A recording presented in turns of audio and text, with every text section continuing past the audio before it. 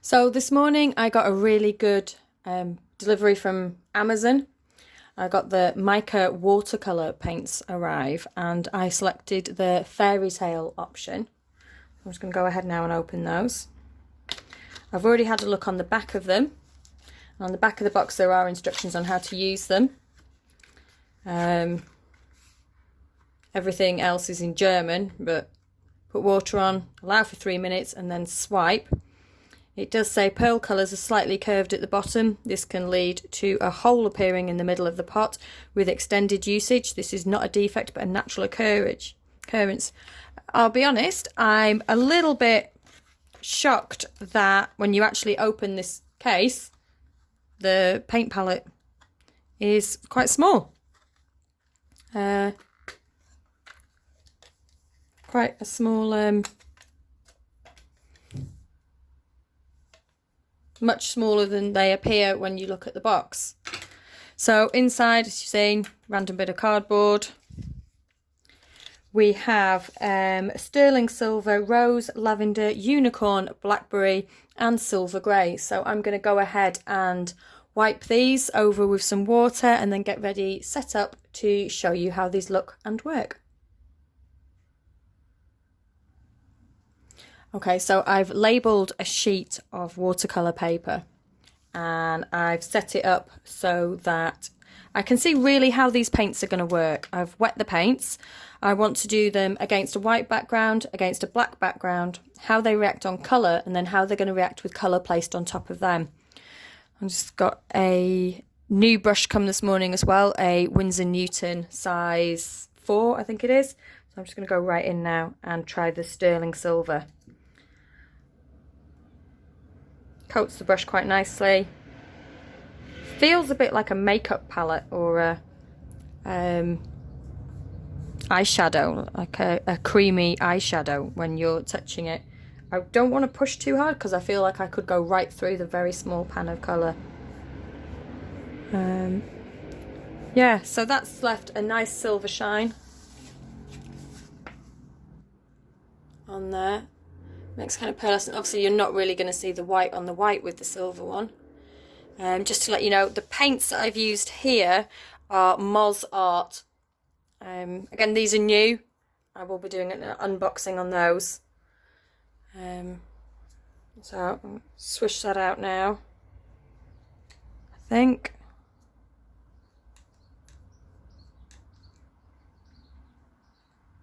And I'm going to go on and try the rose.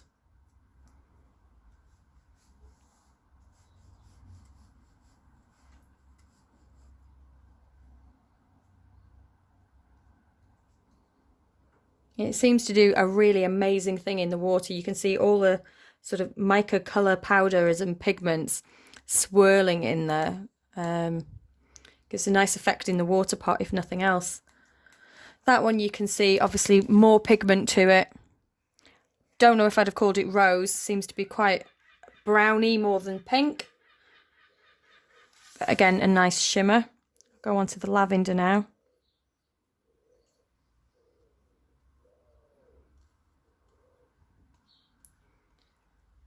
Yeah. It's not a good spreader. Maybe I need to make them wetter, but that's not a great spread. I'll go in and try again. They were all wet with exactly the same amount of water. So there shouldn't be any difference between the pans of paint.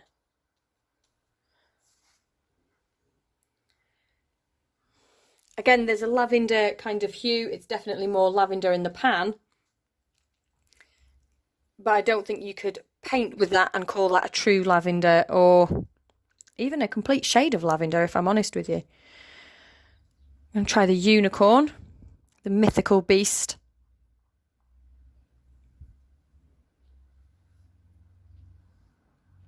That goes on a lot nicer than the previous one.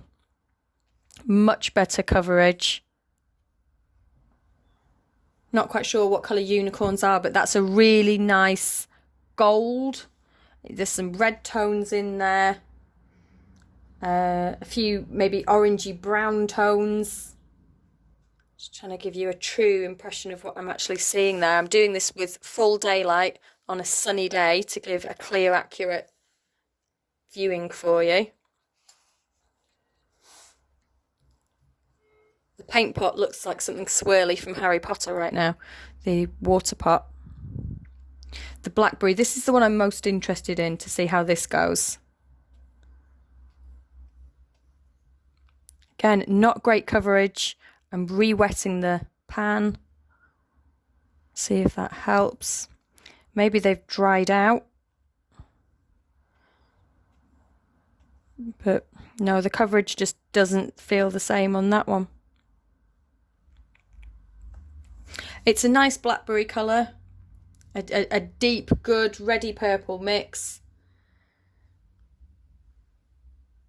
Giving you all the light angles there so you can try and catch it.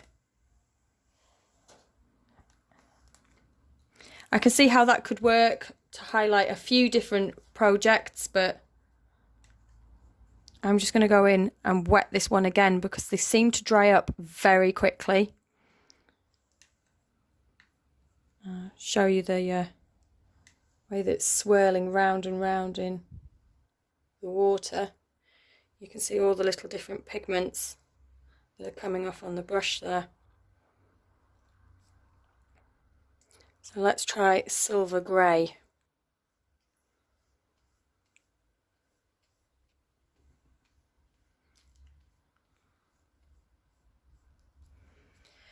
There's a good grey coverage. There's not as much of the pigment come off, of the mica pigment come off in it. So that's how they're all going to look for you on white paper. I'm going to go back in now and just see if I can get them to shine bright on the dark line.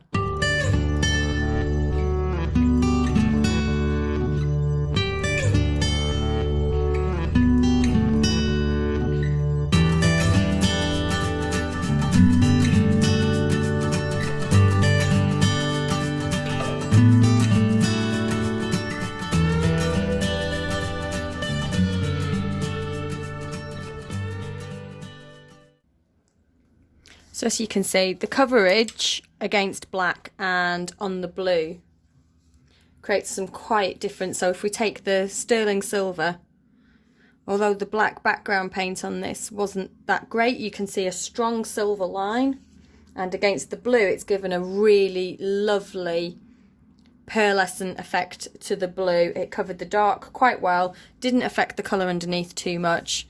Going to the rose on the black just doesn't look that good. It's probably actually looks better on camera than it looks real world.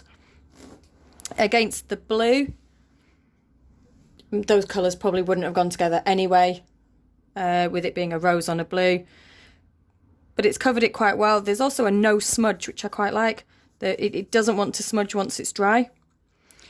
Lavender looks well on the black, not so well on the blue. Didn't seem to hold up its own pigment against the blue. Unicorn, again, great on the black. Gives a gold shimmer to the blue. Maybe picks up on some of the green pigments coming through on that. So as a lighter wash over the top, I can see that that would work well.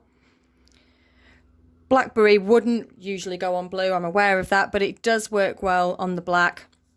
As I said, less well on the blue, just because the colours wouldn't usually go together anyway, but to create maybe a dark, again, no blur, no pigment change on it. It's held its own colour quite well. The silver grey, nice and silvery, over against the black. Maybe a little bit held onto its own pigment too much against on the blue. But I'm quite happy with that overall. I'm now just going to go in quickly and just see how painting over the top. I'll just change my water first because clearly that's doing some weird Harry Potter stuff there.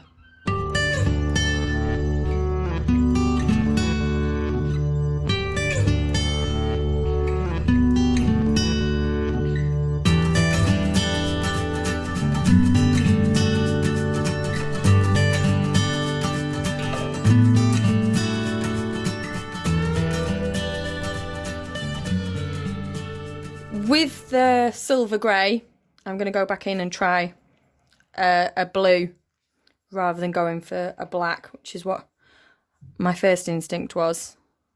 To see if I can mix it to make a nice blue silvery colour, but unfortunately the blue is just taking out the grey paint pigment from the silver grey and not actually turning it into a blue. If I just try and maybe wash over the top with the cobalt blue from MozArt and see. No.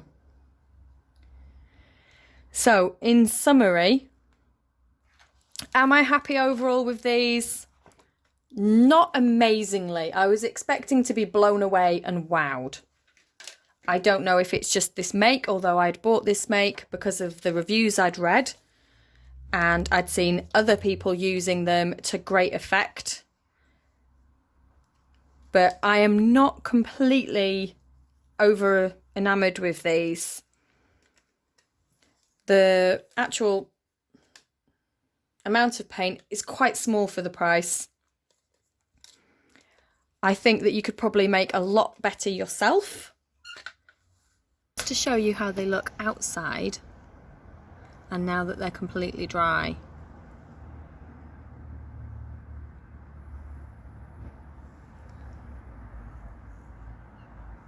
And also what I've done at the bottom here is I've just used the paintbrush water just to go and glide across the bottom of the paper, and you can see that it's picked up the silvery shimmers from the mica powder there.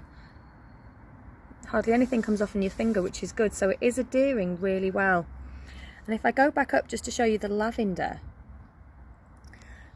where I've mixed it with the purple MozArt palette has actually, it has spread quite nicely into it. It's not retained the same colours, and you can just see on the rose that it's also started to come down and formed a bit of a shimmer inside the paint. Maybe if you mix them externally rather than on the paper, you might get better results. So this is something I'm going to try. The blackberry also, where it's glided over into the purple, you can see a much better, I mean the actual colour of the blackberry palette was horrible on its own, but it really has come into its own when mixed with the purple here. And the silver grey, that hasn't changed at all. My opinion of the silver grey is that that's probably the worst one in the set.